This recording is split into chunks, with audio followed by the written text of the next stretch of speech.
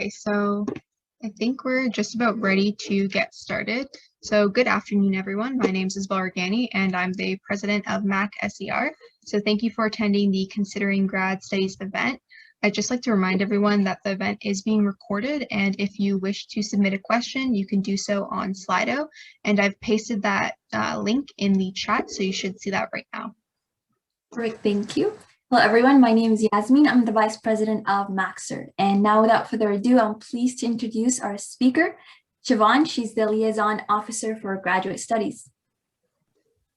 Great. Hi, everyone. My name is Siobhan Koch, and I work with all of our students who are thinking about going into graduate studies here at McMaster. And so my role is to, as you start to explore what graduate programs might be available for you here at McMaster, is to help you in that decision process and help you to just figure out like what might be the best fit for you.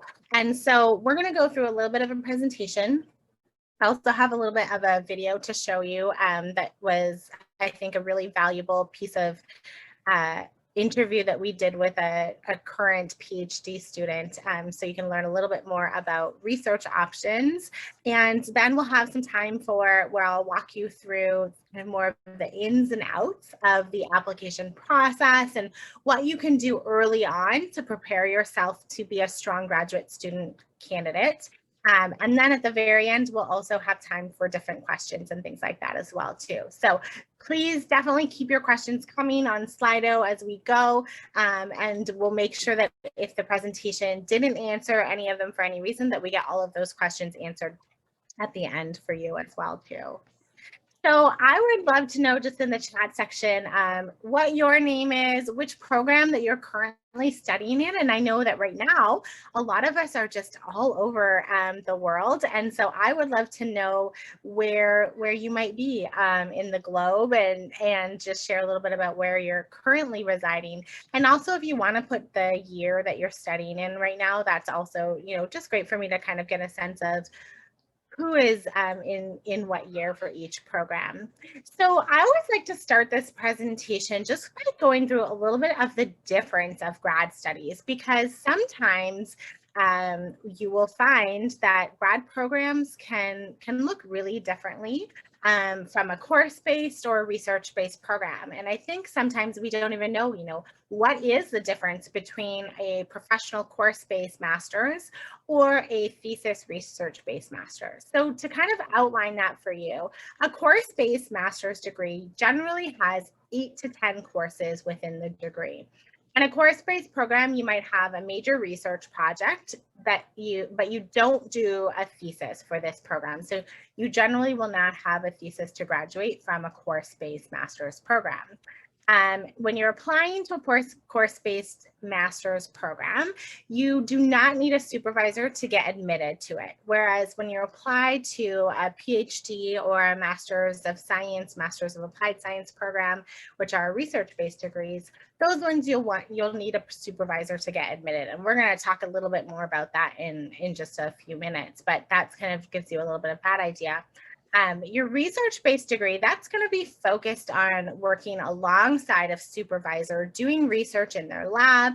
Again, you'll have a thesis in order to graduate, and you're going to be kind of focusing in on that research for the length of your degree. With your course-based program, you might have one course in one subject area and then have another course in a quite different subject area. So course-based programs can also be a little bit more broad in how they're approached. At McMaster, a research-based program is a fully funded degree as well. And so that means that you have a scholarship to cover your tuition, as well as some finances to cover your living costs as a graduate student. Not a lot, but definitely a little bit is available for students, which helps. Whereas a course-based program, you'll be paying tuition. There are some scholarships available for course-based, but much less than a research-based program. Now, something to know in terms of grad studies, some of the did you know is students don't always realize that in grad programs, especially here at McMaster, we really try and partner you with industry. And so you'll have the opportunity to gain really practical industry experience and make industry contacts, whether you're doing a course-based program or a research-based program. We also have the opportunity that you can do a co-op term in either a research or course-based program. And so co-op is available for any graduate program. We are one of the only graduate schools in Ontario that every single engineering degree has the opportunity to do a co-op with it. If you do a research-based program, then your co-op just has to be approved by your supervisor. But we have many, many supervisors who it works really, really well for their students to do a co-op as well. Now, we also really want to make sure that you are prepared for all kinds of different careers. Sometimes students think, well, if I'm going to do a master's, am I pinholing myself into just a career of academia? But the truth of the matter is we have students who go and work in industry, who work for municipalities, who work for the government. We have students that start their own business, their own companies. There's all kinds of opportunities for that, and that's pretty amazing. And you can move from, many of our graduate programs allow you to move from a different engineering field than your undergraduate degree. So we've had students who have done their undergraduate degree in mechanical engineering and moved into a master's in our ECE program, or we've had students who have done a degree in computing and software and their undergrad and then are able to move into a degree in ECE. So all kinds of movement happens, and we really find that students do quite well sometimes on a research team, bringing a different background focus. So for example, there's a research team within our civil engineering program who is doing water research, and they have someone on their team who has a software background, and that student is really able to add in a lot of new thought patterns and just capabilities with data collection and creating different software components to their research that other students with, say, a background in civil aren't able to offer that research team. So there's some really unique research that happens when we collaborate and offer a multidisciplinary approach into our grad studies, and that's very unique. So at McMaster, I mentioned that we have our research degree options. So we're going to talk about research first, and then we'll move into some of the course-based options and then go into the application process. But with a research program, you have the choice of doing a 2 years master's degree, and most of the programs at McMaster is a master's of applied science. Although we do have a master's of science in some of our programs, they really are quite similar. It's mostly just the title that's different within them, just based on career goals. Some people want that little bit of a difference of title. And then we also have PhD programs, which are a 4-year program. Now, something to know is that McMaster does allow some opportunities for direct entry into a PhD program, or opportunities where you can start in your master's, but prior to finishing your master's, move into your PhD. So these research degrees are available in the departments of civil engineering, chemical engineering, computing and software engineering, electrical and computer engineering, engineering physics, material science and engineering, as well as mechanical engineering and the School of Biomedical Engineering. So a lot of different fields that you could go to in terms of your research. And what I'm going to do now is just share this quick interview that I did with Sara, who's one of our incredible PhD candidates. And so just give me 1 second here. And I think you'll find just her experience is so valuable for you to hear from. So she wasn't available today to be in person, but we recorded this video earlier in the year, and I hope that you find it really, really valuable. So just I'm going to share my screen here, and we'll just make it full screen, and then you can watch. And if for any reason the sound is not working great, Isabel, you can just jump on and let me know, but the sound hopefully should be working great for you guys too. How are you? Good, how are you? Great, welcome. So Sara is here, and I'm just going to let her introduce herself and share a little bit about the program that she is in and the research that she's doing, and then we'll work on getting Pedram on with us as well. All right, well, hi everyone. My name is Sara Felice. I am currently a PhD candidate working in Material Science and Engineering. I'm co-supervised by Dr. Joey Kish and Dr. Joe McDermott. And my research focus is actually on improving pipeline steel, specifically and focusing on a mechanism of corrosion called hydrogen embrittlement. So I'm looking at precipitate particles such as niobium carbides, niobium nitrides, and how these can long-term affect hydrogen embrittlement in pipeline steel when they're in use to sour service gas or oil. So any oil or gas that has high H2S content in it. I'm currently a third-year PhD student, and I did complete a master's prior to the PhD program.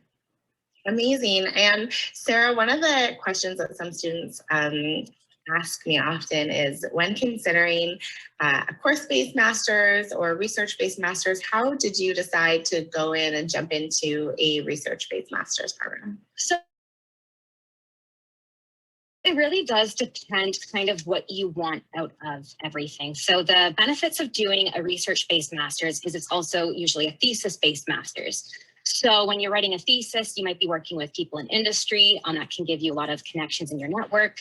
You might have opportunities to present at a conference, which again, also increases your network. You always have the opportunity to transfer to a PhD, or after you graduate from your master's, go elsewhere for a PhD. And this will open up a lot of doors for you in the future in terms of working in research and development, or if you want, working as a professor in a university. So that was why I had chosen the research-based master's, is because it really opened up a lot of opportunity for me. Now, for people wanting to do a course-based master's, it's completely up to you. It's just a very different experience. I would say it's a lot of fun working in a lab, kind of a lot of fun figuring out a lot of problems that you kind of don't get with a course-based master's. But again, a course-based master's opens up a lot of different opportunities for you. It's just not the route I chose to go. Great. And a question I often get is questions about supervisors and finding your supervisor and what that looks like. So at McMaster, if you do a research-based program, you need to have a supervisor to be admitted to that program. And I know for many students that can feel a little bit like a daunting task, and it can feel a little bit more difficult. And so, it's just part of the nature of our master's and PhD programs if you're doing the research focus. And for many students, it's a matter of reaching out and contacting faculty and finding a supervisor who would be a good fit. We do understand that you may not always hear back from faculty, as they are quite busy, and we encourage students to keep on trying. But what were some of the ways that you got connected with your supervisor and created that connection with them? So I actually knew my supervisor from undergraduate degree. And so I connected with him and we met in person and we discussed the prospect of any available projects that he had and if he would be willing to take me on as a student. Now, I do know a lot of people who are currently working in my lab did actually come from overseas. And prior to committing to doing a master's or a PhD in our lab, they actually had a video call with our professor to talk with him a bit and see if they were a good fit for each other. I also know sometimes they might request to speak to some of the other graduate students just to kind of get a feel for what the working environment is like in that lab. So these are all things you'll want to consider before committing, because 4 years can be a very long time if you end up realizing you don't really get along very well with your supervisor. So you want to really make sure that the person you commit to working with is somebody you feel you can actually work well with. Perfect. And do you want to just share a few of the, what does a day, because often students are really trying to figure out, what does research look like? What does a day in the life of a research student look like? And how does that differ from, say, if you were in a course-based master's or if you're coming from your undergrad into, a research master's? What would it look like to be a student in a research program? So the first thing I will say is always expect the unexpected. You might work for weeks planning an experiment, expecting specific results or particular results, and then realize it was all for naught. Nothing worked out how you planned, but it's okay. The beautiful thing about working in a research lab is you typically also have an entire support system. So every day going into the lab, it's you have a plan. Sometimes you work together with your lab mates. It's really it's an entire community that you're working with, and you know, expect the unexpected, but also just have fun with it. It's every day's a new day, every day's a new experience. It's just it's never boring because there's always something to look forward to, and there's always a new technique that you can try or search into the literature if you get stuck. Perfect. And what made you decide to jump into first a master's program opposed to going right into industry? I realized I wasn't quite done with learning just yet, and I did very much enjoy research, which was why I didn't really ever consider the course-based master's, is because I did enjoy research. I wanted to kind of get in the lab and get my hands dirty a bit, and it was just, I had that craving to still continue learning. So that's why I decided to continue into the master's program. Perfect. And what have been just some opportunities for you to make connections either in industry or with other academics outside of the world of McMaster, and how do you think some of those connections will carry you on post-graduation? So one of the big things for me is I've decided to get involved with some student groups. So oftentimes in graduate programs, you have the opportunity to be on a committee of graduate students for a particular organization student chapter. So for example, I don't know if any of you have heard of NACE, which is the National Association of Corrosion Engineers. I had the opportunity to involve myself in a student committee. And for this student section, it involved 4 different universities. So that had really opened my network because I'm now connecting with graduate students studying a similar field to me, all in corrosion science and engineering. But they're all at different universities. It opens my network to the professors that they've been working with, to some industry contacts they have. We have a student symposium every year. I always make sure to attend or participate in it. And again, that really opens my network. Because of that, now I have become more involved with some of the industry chapters involved with NACE, which has again further opened my industry contacts because now I'm participating in meetings, my name's getting out there. And then with a lot of organizations, they have their yearly conferences. And if your professor allows you to present your research at a conference, I highly recommend you take that opportunity, present your research, participate in some of the events that the conference has going on. They're all social networking events. It's all designed for you to improve your network. Amazing. And one of the amazing things about McMaster is that we do have a lot of cross-disciplinary research. And I'm sure you've seen that in terms of our approach to research and what that looks like. And so can you share just any examples that you've had to either research interdisciplinary or connect with students from other labs in other disciplines? So I can't speak from my own experience because I have not really collaborated with anybody. Actually, no, that's untrue. I plan to collaborate with a lab at Western University. So that will, again, open my network a lot for me. But a friend of mine, when she was in her PhD, she had collaborated very often with people from outside of our department. And when she ended up moving on for a postdoc, she had a whole network of people who knew her and could put a good word out for her. And now she's having an amazing experience in a postdoc at a different university, working with a different professor. But because she had been working with so many people throughout her PhD, they were all able to kind of put a good word in for her. Amazing. And what has been one of the most rewarding parts about doing both your master's and your PhD? So there's a lot of very rewarding parts. The one I am truly the most thankful for is a lot of the connections I have made. In staying for a master's or a PhD, you kind of align yourself with a lot of like-minded people, and a lot of the connections and the friends I have made in this program are incredible people. We get along very well. You know, that is something I will always be thankful for. I have just an amazing network of friends, of just people I always know in the future I can call up. And even if I just need a professional opinion on something, I just have a whole group of people that I trust. It's a very wonderful sense of community to have. Great. And what are you shared a few of the things, but have there been, some unique opportunities to get involved with McMaster outside of the classroom that you didn't mention? I did mention that I've been a part of a lot of student communities. Actually, one of the things was in the material science and engineering department, we actually started up one of our own student chapters. So a chapter that wasn't already previously existing, which has been very fun, a huge learning experience for sure. In terms of, I can't really think of anything at the moment in terms of outside of the classroom. So I apologize if my answer. No, that's okay. That's great.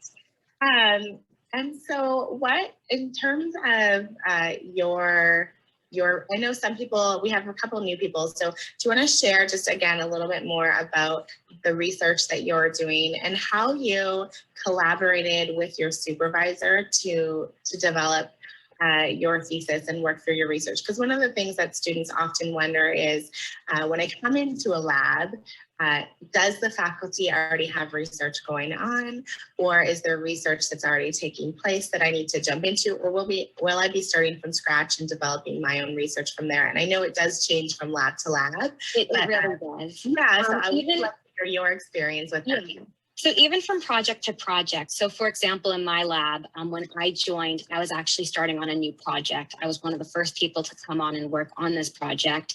And so there wasn't really anything previously defined for me. However, we also have a series of projects continuing in our lab where every few years a new graduate student is added to it, and it's maybe a new subsection of that work. So oftentimes, that student will have previous work that they can fall back on from a student that came before them. It just really is situational. It depends on the supervisor. It depends on the lab. It also depends on how long your supervisor has been in research. If it's a fairly new professor, she or he might be starting new projects all at once, and everyone they're hiring on is starting on a new project.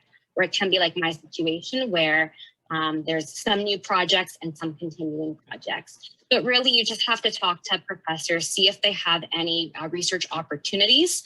They might even be in the thought process of creating a few new research opportunities, and in which case that's really great because you kind of get to discuss with the professor and see which project might be the best fit for you.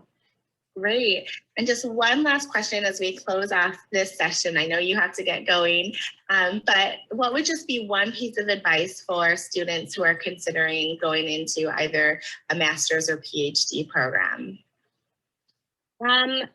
Make sure that you, confide in your friends, befriend your lab mates. You'll always need them for something. Maybe somebody knows how to use an instrument that you don't know how to use. Just don't kind of get consumed by stress. Stay true to yourself, keep your friends close. You're going to need a good support system sometimes, and you want to make sure you have that for you. Amazing. Well, thank you so much, Sara. And for everyone watching, this kind of concludes our student experience session, but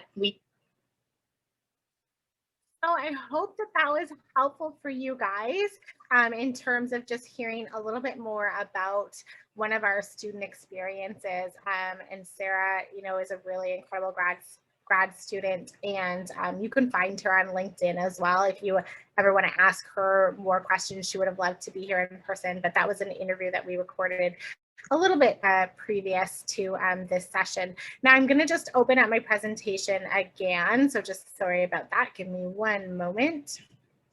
And I will go into a little bit more about some of the course-based programs here at McMaster, because they are some really incredible opportunities for students. And then what we'll do is talk a little bit more about the application process. So we do have, like I said, many course-based options here at McMaster as well. And so those include M.Eng degrees in disciplines like our civil engineering department, engineering physics, ECE, and computing and software. But we also have a variety of course-based master's programs through the W. Booth School of Practice and Technology. And so that includes a degree in engineering design, where you often will design prototypes, create design challenges, and come out with some really incredible foundation in how to move a design from a concept into an actually implemented prototype. Then we also have our Engineering and Public Policy program, our Masters of Entrepreneurship and Innovation, Masters of Manufacturing Engineering, and a Masters of Systems and Technology. So some really fantastic course-based programs. And, you know, I won't go in depth into the entire course realm of each program, but what I encourage you to do is spend some time on the website, and I'll show you kind of where you can find that. But looking through the different courses that are in each program and seeing maybe one of these programs might be a fit for you if you think, you know, research is not for me, but I do want to pursue a master's and I'd like to get some more specialized knowledge. A course-based master's can be really, really excellent for that as well. So now, if you were looking at a research-based program, we're kind of going to jump more into how might you find your research and what you might be interested in and what that would look like. So if you go onto our website, eng.mcmaster.ca, and at the top tab, you'll actually see a section that says research clusters. If you were looking at a research program and wanted to try and get an idea of what research might be available to me, how would I even begin to find out faculty members who are doing research in this area? What might it, you know, look like? Then what you would do is go to the research clusters. And once you click on the research clusters, so for example, if I were to click onto the advanced manufacturing research cluster, what I would then find is an overview of the various departments that are doing research in advanced manufacturing. And then what you can actually do is click over here to the related faculty button. It will pull up all of the faculty members who are doing research in that area. And you can read a little bit more about their specializations. You can click on each of their profiles and it will give you even more information about what they're doing. You can do a Google search of their name and under the scholarly articles section and see some of the articles that they've recently published. On some of the profiles, it might show a professor may have a website, and so you can go to their personal website and get more idea of the research that they're doing. And then from there, you can actually start to contact some of the professors who are doing research in areas that you might be interested in and start to see, might they be somebody that I'm interested in researching with? Or if you're taking classes and you have the opportunity to connect with a professor, ask them about their research. Faculty are always so happy to discuss their research, and that's something that they'll never turn you down in terms of talking about the research that they're doing. So definitely take some time to learn about what opportunities might be available. Or for those of you who are doing a summer research placement, really utilizing that as an experience to see, might this be even a professor that down the road I'd be interested in doing my master's with? And it's definitely worthwhile. So a couple of frequently asked questions when it comes to applying. Often students will ask, do I need a supervisor in order to apply to a graduate program?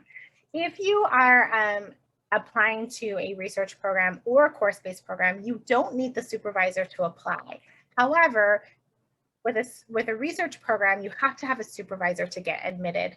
A course-based program, you don't have to have a supervisor. We did mention that you can switch disciplines or move department to department quite easily, and many of our departments will allow that. And so, maybe your undergrad is in materials, but you're interested more in manufacturing and you want to move into mechanical engineering, or maybe you've taken your materials background and then you're more interested in the automotive industry and you want to go into mechanical. There's definitely opportunities to do that. And Sara shared a lot about what you can do with a research program, but you don't necessarily have to stay in academia. There's a lot of different careers that you can take your research program and move that into. We also have students who might ask, what's better, a research or a course-based program? And with that, I would say it's really a matter of knowing yourself and what kind of student you are. Are you going to do better focusing in on one kind of core area of topic that you want to focus on in depth? Are you self-initiated and you'll do well at doing research and putting together a thesis? Or do you find that having a little bit more structure of this is the course that I'm currently working on, it's going to run for a semester, I'm going to have these assignments and these projects, and then it will be done? Because in that case, a course-based program might be better for you. No program is better than the other. They're just different. And then remembering that a research-based program is fully funded at McMaster, whereas a course-based program would have tuition attached to it. Many students will also ask, do I need research experience to apply either to a research-based program or a course-based program? And the answer is absolutely not. But if you do have it and you have the opportunity to get some of that experience while you're studying at McMaster, that can be so valuable for you. So anytime that you can enter into a lab and do some research, not only is it valuable for you in terms of doing your application for grad studies, but it's valuable for you to get the experience to see, is this for me? Do I enjoy research? Would I want to do 4 years of a PhD research, or would I want to do 2 more years of focused research in a master's? Many students will ask me, do we have direct entry PhD, meaning can you move into a bachelor's degree or your bachelor's of engineering into a PhD program? And the answer is yes. If you have very strong grades, research experience, a strong resume, those opportunities could allow you to move directly into your PhD. Or some students might start in their master's so that they can see, you know, do I like this research field? Am I working well with this professor? And partway through your master's, prior to finishing it, you may just move directly into your PhD. So there's definitely opportunities for both of those. And how can you figure out, you know, what area you might want to focus on? And what I would say with that is figure out what classes are you most passionate about? What information do you love learning the most about? And not even do you do the best in that class, but is it the class that you're most passionate about? Is it the class that you're like, oh, I can't wait to get to that class next. I can't wait to do more reading in this area, because that might be the area that you want to focus in on. Remember that, you know, your master's is quite focused. Your PhD is focused and 4 years. And if that's where you're going to focus in on your knowledge, you want to love it and you want to be really excited about it, right? And so that's, you know, some students get mixed up with this is my top grade versus this is the thing that excites me the most. And, you know, I go towards what gets you most excited over what do you do the best in, because what gets you most excited is going to carry you on into a career that you love and a field of research that you're really interested in, or a course-based matter that you're really excited to continue on studying.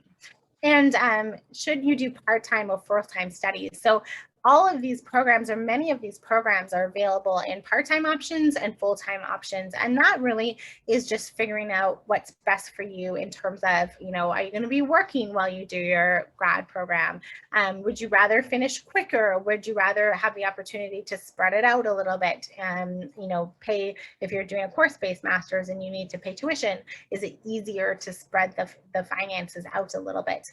It's, you know, taking your personal preference with that. In terms of part-time options with our research programs, that a lot has to do with the supervisor, if they have funding that can be stretched out over a couple of years. Some professors have funding that's only available for 2 years, and so they want you to come do your master's in your 2 years so that they can make the most of that funding. And that's just kind of has to be a conversation between you and your supervisor as well. So admissions requirements, and this chart will be updated over the summer with any updates if departments over the summer may fluctuate their admissions averages. But as of last year, this was our admissions requirements for each program. This is available on our website at the eng.mcmaster.ca. And if you go to the graduate studies section, you'll see this chart is available online with all of the admissions requirements. Something that's important to note is that most programs are going to be looking at your last 2 years of study. And so in your last 2 years, as long as the majority of your courses are technical and engineering courses, then that's what we're going to look at.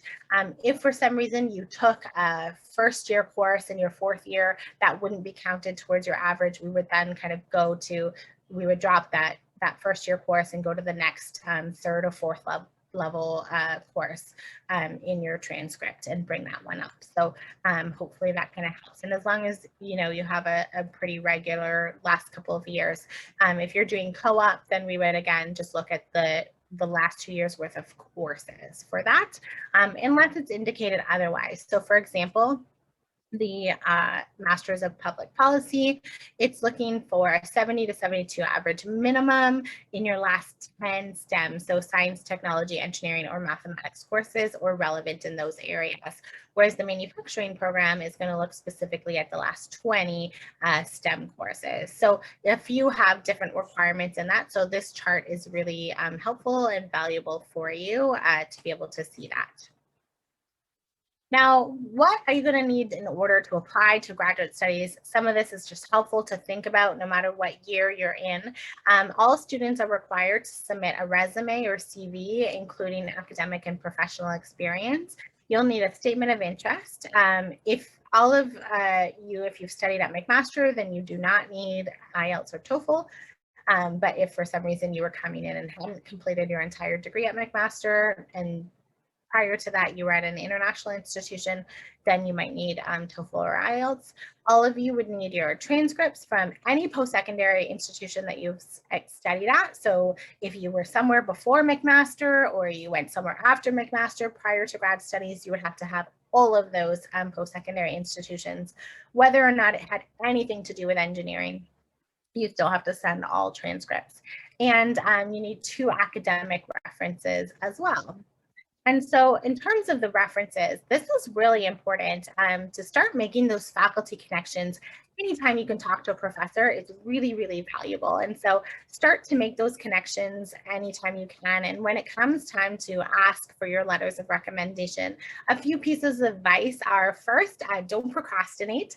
Give your recommenders plenty of time to create that strong letter of recommendation. Most recommendations are due at the application deadline. And so your recommender doesn't receive the link to fill out your recommendation form until you submit your application, which means you should submit your application quite a bit in advance to when the deadline is. You also want to give the recommenders some information about the program that you're applying to. Share your statement of interest with them. Send them a link to the degree that you're applying to. Have them send them some point forms of the type of student the program is asking for, so they can tailor that letter of recommendation towards the specific program that you're applying to. You want to find someone that can speak to your academic background and ability to succeed, specifically in graduate school. So focus on faculty that you've worked closely with in classes or research, service projects. Some programs will allow a non-academic reference if you've been out of 5 years. So if you take 5-10 years off of your undergrad and then decide to go back to grad school, some will allow a non-academic reference. But that's one of the reasons that I often recommend students consider their graduate studies, especially if you're doing research quite soon after you graduate, is because you have those connections with your references, and that is really, really valuable. And then after the reference completes your form, I really do recommend you send a thank you note to them, because you may need them for more than one graduate application, and it's a lot of work for professors to put these together for the many students who are applying. And so you really want to acknowledge the work that they've put in to help you move forward in your academia.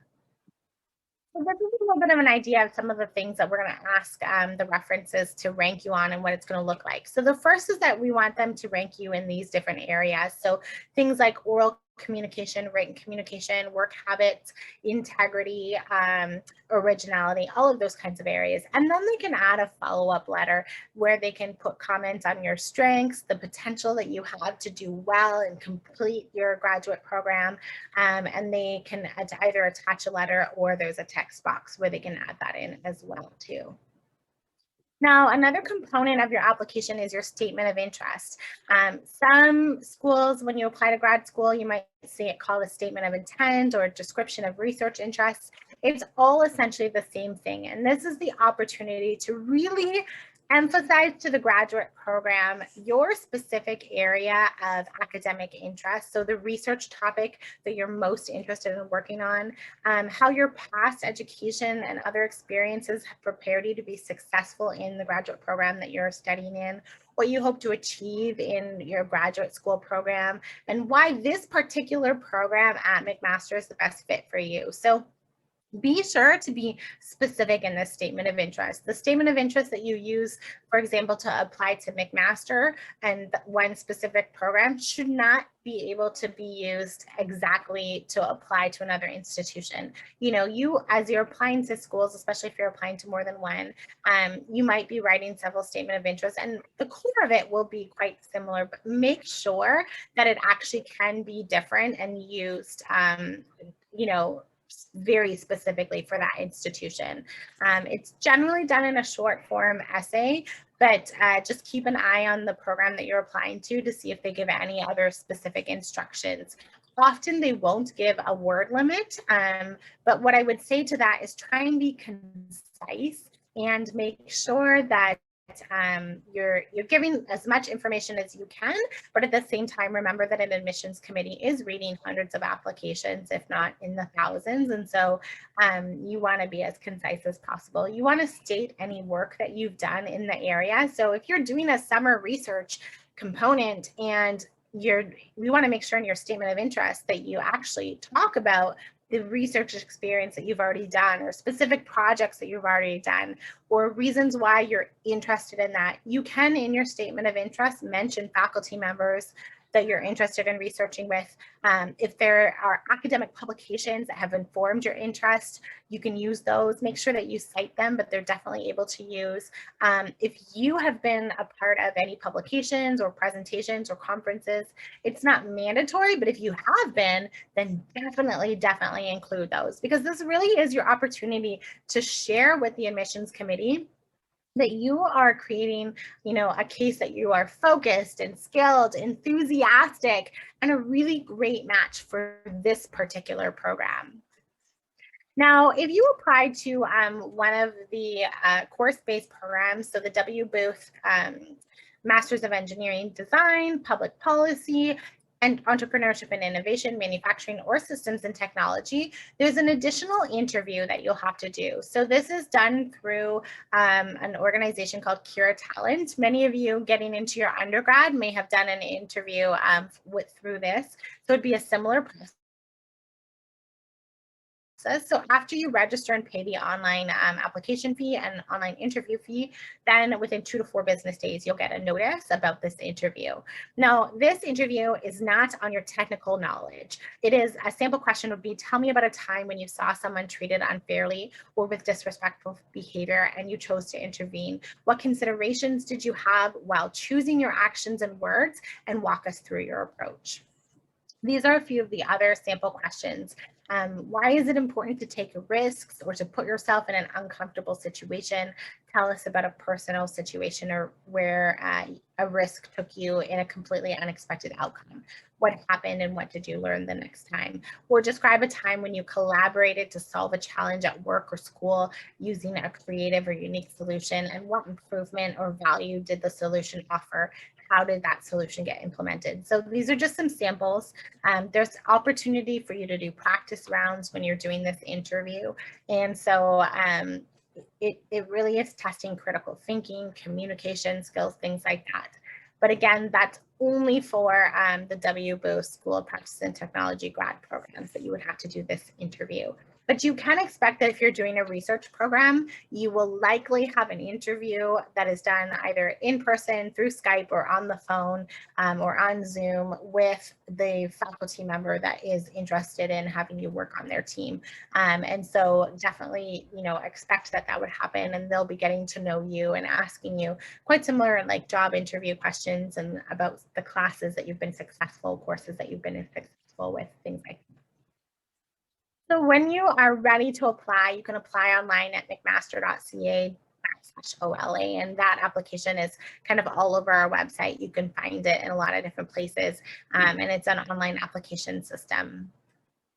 And a few other questions that come across a lot. So if you've studied in English, you don't need any kind of English language proficiency test. So even if you're an international student studying here at McMaster, as long as you've done your 4 years in English, you don't need any kind of IELTS or TOEFL.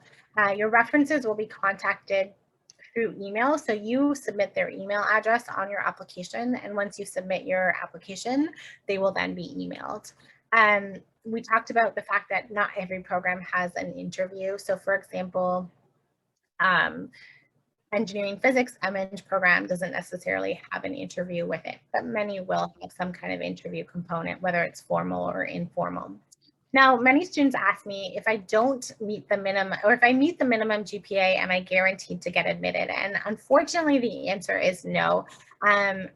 With our research-based programs, they're based on the funding that a faculty member has available. And so if faculty, have only funding to bring in 4 students into their program or 1 student into their program, they may have more applications than that.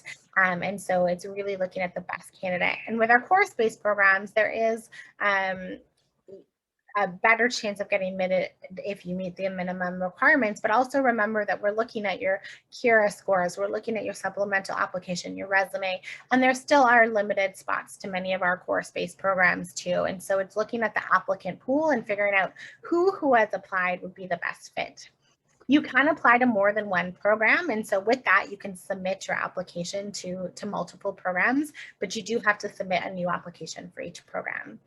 And if you want to be considered again for a research-based program and a course-based program, that would require submitting 2 applications.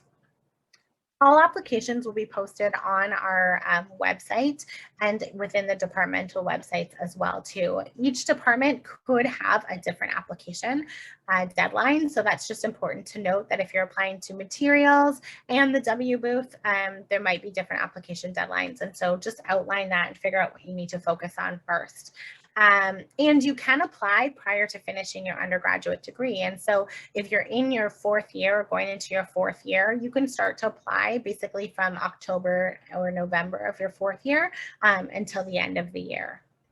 Now, a few more resources that are available for you as graduate students, because many students, utilize the amazing services that students have in their undergrad program, but they wonder, like, will similar services be available for me in graduate studies?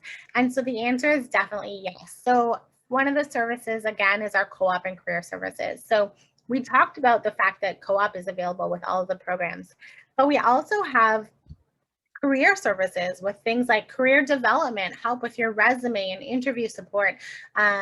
We have employer information sessions and co-op support. So similar to your undergrad, those same services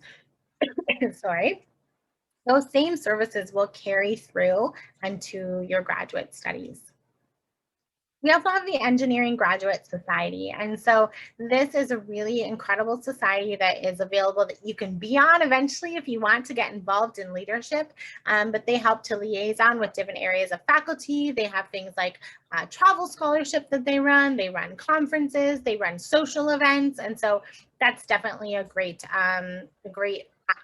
tool to utilize when you become a graduate student. We also have a grad mentorship program. And so that's where you get paired with an upper year graduate student in your discipline. And that's a chance to just ease the transition between your undergrad and your graduate studies within the specific faculty that you're in. It's a chance to build connections with peers and the bigger McMaster community. Hopefully it'll help you to feel a little bit less lonely, a little bit less isolated as you move into a new degree. And so it's a great program. It's not mandatory, but it is available for you. We also have support services, so things like the Writing Center, resume help, all of those things are still available for you too.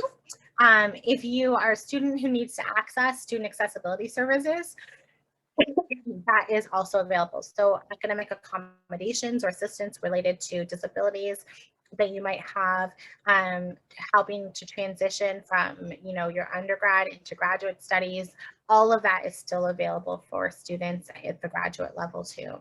And then if you were an international student, whether or not you did your undergrad in Canada or not, you can still access international student services. And so things with questions of mobility and permits, immigration, student success coaching, your health plan, all of those things are available for you and help as well. And we actually have an international graduate student navigator program that some students are interested in, where we pair you with an international student who has a similar cultural background and a shared language. And so that might be something that even if you're an international student who's been at McMaster for quite some time, you might be interested in being paired up with someone who's new to the country. And that's a great service that's available for students as well. So if you have any questions at all, we're always here to help. You can email us at, or myself at enggrad@mcmaster.ca, or my direct email is kochs@mcmaster.ca. So my last name, Koch, s@mcmaster.ca. And don't hesitate to ever email us. We have amazing events that are available throughout the year as well. And so things like in the fall, we'll be hosting a virtual event where we'll be bringing in many other universities, 7 other universities, to share about graduate studies there. Or through the year, we run like a different webinar on just the course-based programs, or just research-based programs. So lots of opportunity to learn about graduate studies once it comes time to applying. So I hope that that helped. I'm just going to head over to Slido and see if there was any questions that we didn't get answered. The one is admissions to a PhD program more competitive than a master's program? And the answer for that is sometimes, but not necessarily. A lot of it, a PhD versus master's, is sometimes just dependent on funding that a faculty has. And some faculty would prefer to fund PhD programs just because their research is a little bit more long-term. And so it's easier to have someone doing research for 4 years versus research for 2. The GRE is not required to apply to a graduate program. So that was one of our questions. I think we answered a little bit about what we looked for in a grad student, so hopefully that helped. So I'm just sliding through the questions. In terms of contacting professors, I give you guys a little bit of an outline on contacting them, but what I would say is email is great, or just taking that time to talk to a professor who is, if you're in the classroom, experience with them, ask them if you can meet with them in their office once we're back on campus and able to do that, or meet with them on Zoom. When you're emailing them, just make sure it's very specific to that faculty, saying, I loved your class in this area. Because of this, I'm interested in if you have research opportunities, or I read your paper in this discipline and I'm really interested in doing research alongside of you. Could I send you my resume, and could we set up a time to talk? Hopefully would help a little bit too.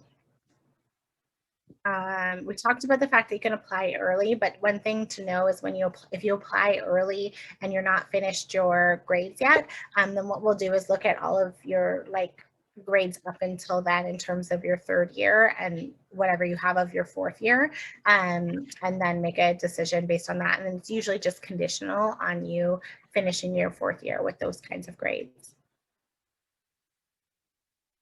Were there any other questions that people had that we didn't get answered? I think I got everything from Slido that wasn't answered in the presentation. Yep, I think so. I think there's some specific ones. I can double check. There's one here that says some research projects span 5 to 10 years. Is there an expectation for how much a master's/PhD student needs to accomplish? So that, I don't think that was answered. with that question, and Sara talks a little bit about that in her interview, but your master's is 2 years and your PhD is 4. So when you get started, you'll meet with your supervisor and you'll meet with them ongoing to figure out what component of that research is for you to kind of cover and what your thesis will cover for that. And so it would be a matter of then getting that research into your thesis. Your thesis would then be presented to a panel of academics, your supervisor being one of them, and then they decide if you passed or not on your thesis. So that's usually outlined by your professor, and we have a lot of thesis seminars and things like that to make sure that you're ready to go when it's time to present your thesis. Awesome. Just double checking if there's anything else. I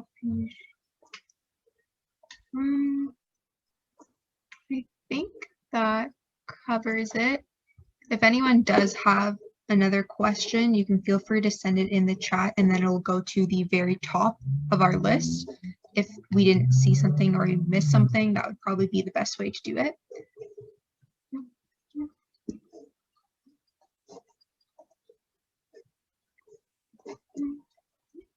Looks like we're good for questions. So Agar, if you would like to start the concluding remarks. So yeah, that's it for our question period. And I would like to thank you, Siobhan, for sharing her information about grad studies. I can speak for myself. I definitely learned a lot.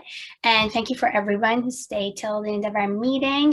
And as a reminder, the recording will be available afterwards in our YouTube channel. Yep, awesome. And if you do want to come out to any other events, you can feel free to just follow us on our social media. Everything's at McMaster SER. If you just Google our name, you can probably find it. And we'll be posting about future events. And to everyone, have a great rest of your evening or morning, I guess, depending on where you are. And that concludes our presentation. Thank you. Thanks, everyone. Have a great night.